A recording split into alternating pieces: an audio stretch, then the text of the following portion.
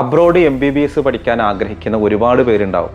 നിങ്ങളങ്ങനെ ആഗ്രഹിക്കുന്ന ആളുകളാണെങ്കിൽ നിർബന്ധമായിട്ടും ശ്രദ്ധിക്കേണ്ടുന്ന ചില കാര്യങ്ങളുണ്ട്. ഞാൻ ഈ പറയുന്ന കണ്ടീഷൻസുള്ള അത്തരം സ്ഥാപനങ്ങളിൽ മാത്രമേ നിങ്ങൾ MBBS പഠിക്കാവൂ. ഒന്ന്, 54 മാസത്തെ സ്റ്റഡി ഉണ്ടായിരിക്കണം. ചില സ്ഥാപനങ്ങളിലൊന്നും 54 മാസം സ്റ്റഡി ഉണ്ടാവില്ല. ഇന്ത്യൻ നിയമം അനുസരിച്ച് നിങ്ങൾ വിദേശങ്ങളിൽ പഠിക്കാൻ പോകുന്ന മെഡിക്കൽ കോളേജുകളിൽ 54 മാസത്തെ സ്റ്റഡി ഉണ്ടായിരിക്കണം. രണ്ടാമതൊരു കാര്യം, അവിടുത്തെ പഠന മീഡിയ ഇംഗ്ലീഷിലായിരിക്കണം. ചില രാജ്യങ്ങളിൽ പോയാൽ ജർമ്മൻ ഭാഷകളിലോ അവിടുത്തെ ഭാഷകളിലോ പഠിക്കുന്ന രീതിയാണെങ്കിൽ അതൊരിക്കലും ഇന്ത്യയിൽ സ്വീകരിക്കില്ല.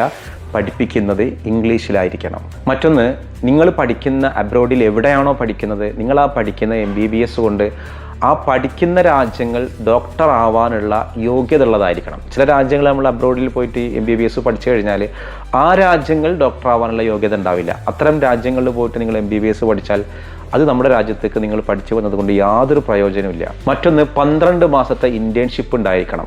അതിങ്ങനെ ഓരോ സെമസ്റ്റർ കഴിയുമ്പോഴും കുറച്ച് ഇൻറ്റേൺഷിപ്പ്, അങ്ങനെയല്ല, 12 മാസം കണ്ടിന്യൂസ് ആയിട്ട് ഇൻറ്റേൺഷിപ്പ് കൊടുക്കുന്ന സ്ഥാപനമായിരിക്കണം.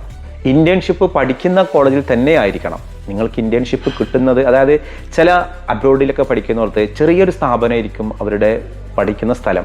പിന്നെ വേറെ ഏതെങ്കിലും മെഡിക്കൽ കോളേജൊക്കെ അല്ലെങ്കിൽ ഹോസ്പിറ്റലുകളായിട്ടും അഫിലിയേറ്റഡ് ചെയ്തിട്ടുണ്ടാകും. അങ്ങനെയല്ല, നിങ്ങൾ എവിടെയാണോ പഠിക്കുന്നത് ആ പഠിക്കുന്നിടത്ത് തന്നെ ഇൻറ്റേൺഷിപ്പ് കിട്ടിയിരിക്കണം.